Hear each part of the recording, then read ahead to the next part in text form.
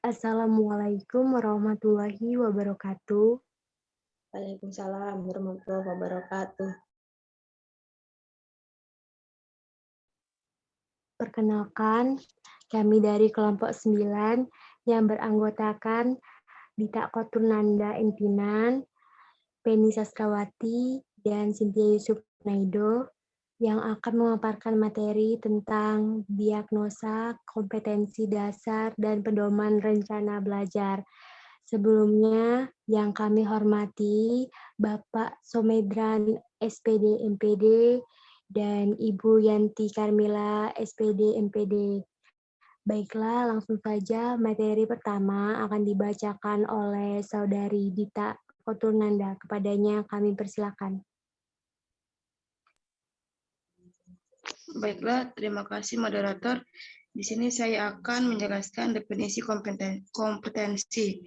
Menurut Mediknas, kompetensi adalah seperangkat tindakan cerdas dan penuh tanggung jawab yang dimiliki oleh seseorang sebagai syarat untuk dianggap mampu oleh masyarakat dalam melaksanakan tugas-tugas di bidang tertentu.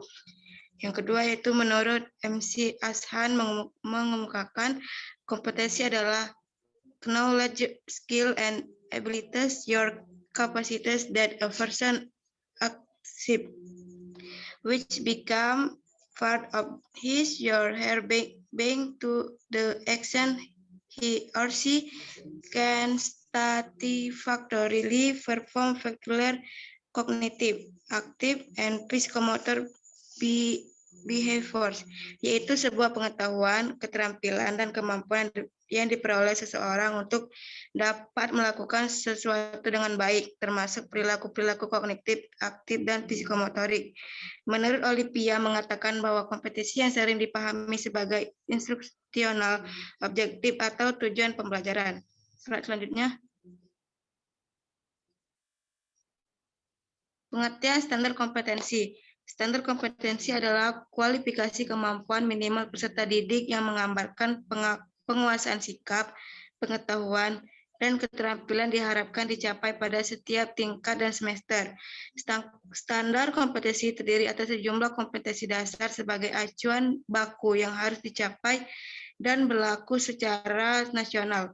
Sedangkan standar nasional mata pelajaran sebagai pernyataan tentang pengetahuan, keterampilan, dan sikap yang harus dikuasai, serta tingkat penguasaan yang diharapkan dicapai dalam mempelajari suatu mata pelajaran. Standar kompetensi adalah kualifikasi kemampuan minimal peserta didik yang menggambarkan penguasaan sikap, pengetahuan, dan keterampilan yang diharapkan dicapai pada setiap tingkatan dan semester. Selanjutnya. Menurut Majid, standar kompetensi mata pelajaran dapat diartikan sebagai kemampuan siswa-siswi dalam A. melakukan suatu tugas atau pekerjaan berkaitan dengan mata pelajaran tertentu. Yang B. mengorganisasikan tindakan agar pekerjaan dalam mata pelajaran tertentu dapat dilaksanakan. Yang C. melakukan reaksi yang tepat bila terjadi penyimpangan dari rancangan semula. Yang D. melaksanakan tugas dan pekerjaan berkaitan dengan mata pelajaran dalam situasi dan kondisi yang berbeda. Saya kembalikan kepada moderator. Baiklah, terima kasih kepada Saudari Dita. Slide selanjutnya akan dibacakan oleh Saudari Penny. Kepadanya kami persilakan. Baik, terima kasih moderator. Terkait dengan pengertian kompetensi dasar, di sini pengertian kompetensi dasar adalah pengetahuan, keterampilan, dan sikap yang minimal harus dikuasai peserta didik untuk menunjukkan bahwa mereka telah menguasai standar kompetensi yang ditetapkan. Pada proses analisis standar kompetensi dan kompetensi dasar ini, pada mata pelajaran yang dicantumkan, bahwasanya terdapat pada standar isi itu harus memperhatikan hal-hal terutama pada urutan berdasarkan hierarki konsep yang disiplin ilmu atau tingkat kesulitan materi. Terus juga harus memperhatikan keterkaitan antar standar kompetensi dan kompetensi dasar dalam mata pelajaran. Yang selanjutnya, keterkaitan standar kompetensi dan kompetensi dasar antar mata pelajaran.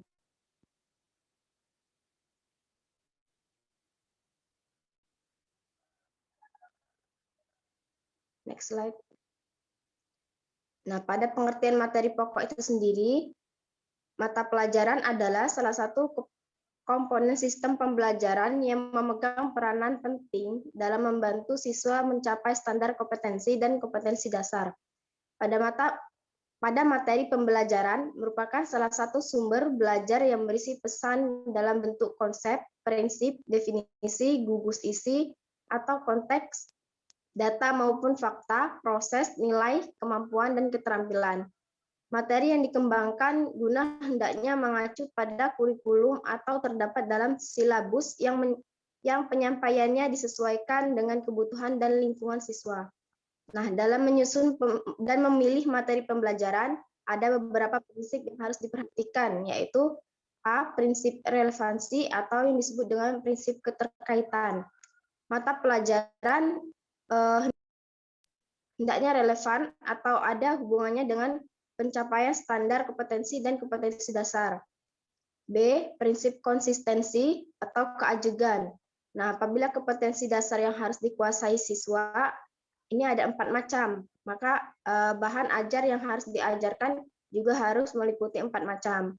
Nah, yang C, prinsip kecukupan atau prinsip materi yang diajarkan hendaknya cukup memadai dalam membantu siswa menguasai kompetensi dasar yang diajarkan. Next slide.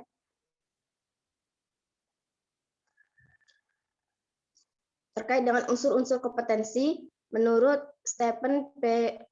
Becker dan Jack Gordon berpendapat bahwa dalam suatu kompetensi terkandung beberapa unsur, yang mana yang pertama pengetahuan atau disebut dengan knowledge, yaitu kesadaran di bidang kognitif.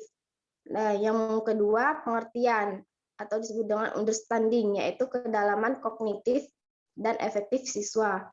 Yang C, keterampilan atau skill, yaitu kemampuan individu dalam melakukan suatu tugas atau pekerjaan yang dibebankan kepadanya.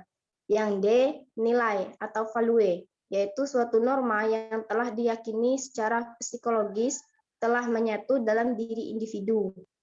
Sedangkan minat itu sendiri atau interest, yaitu keadaan yang mendasari motivasi individu, keinginan yang berkelanjutan, dan orientasi psikologis. Saya kembalikan ke moderator. Baiklah, terima kasih kepada Saudari Penny. Slide selanjutnya akan saya sendiri yang akan bacanya. Terima kasih. Oke, baik. Slide selanjutnya yaitu langkah-langkah perumusan materi pembelajaran. Dalam merumuskan suatu materi pembelajaran, ada beberapa langkah yang harus diperhatikan, yaitu pertama, menentukan KD yang akan dikembangkan menjadi materi pokok.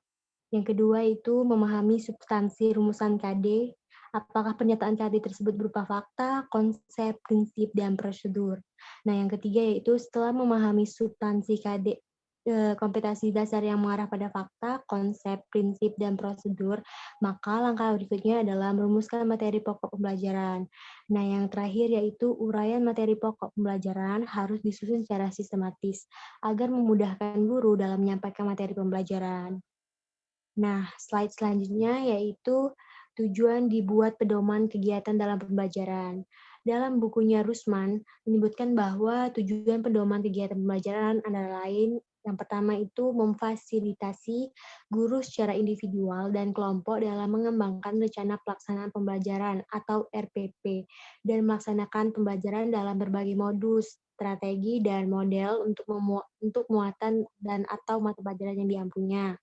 Yang kedua yaitu memfasilitasi satuan pendidikan dalam merintis atau melanjutkan pengelolaan kurikulum dengan menerapkan sistem kredit semester sebagai perwujudan konsep belajar tuntas sesuai dengan kesiapan masing-masing. Nah, yang ketiga yaitu memfasilitasi guru secara individual atau kelompok dalam mengembangkan teknik dan instrumen penilaian hasil belajar dengan pendekatan autentik untuk muatan dan atau mata pelajarannya. Nah, yang terakhir yaitu memfasilitasi satuan pendidikan dalam mewujudkan proses pendidikan sesuai dengan peserta didik untuk memilih dan menetapkan program peminatan, serta memfasilitasi guru bimbingan dan konseling atau konselor sekolah untuk menangani dan membantu peserta didik yang secara individual mengalami masalah psikologis atau psikososial. Nah, slide terakhir yaitu kesimpulan. Nah, jadi standar kompetensi dan kompetensi dasar merupakan arah dan landasan untuk mengembangkan materi pokok, kegiatan pembelajaran, dan indikator pencapaian kompetensi untuk penilaian. Jadi, menurut Stephen P. Baker dan Jack Gordon, kompetensi punya 5 unsur, yaitu pengetahuan atau knowledge, yang kedua yaitu pengertian atau understanding, ketiga itu keterampilan atau skill, yang keempat itu nilai atau value, dan yang terakhir itu minat atau interest. Nah, baiklah, demikianlah pemaparan materi dari kelompok kami. Apabila ada salah kata kami mohon maaf dan kepada Allah kami mohon ampun. Wabillahi taufiq wal hidayah. Wassalamualaikum warahmatullahi wabarakatuh. Waalaikumsalam warahmatullahi Waalaikumsalam wabarakatuh. warahmatullahi wabarakatuh.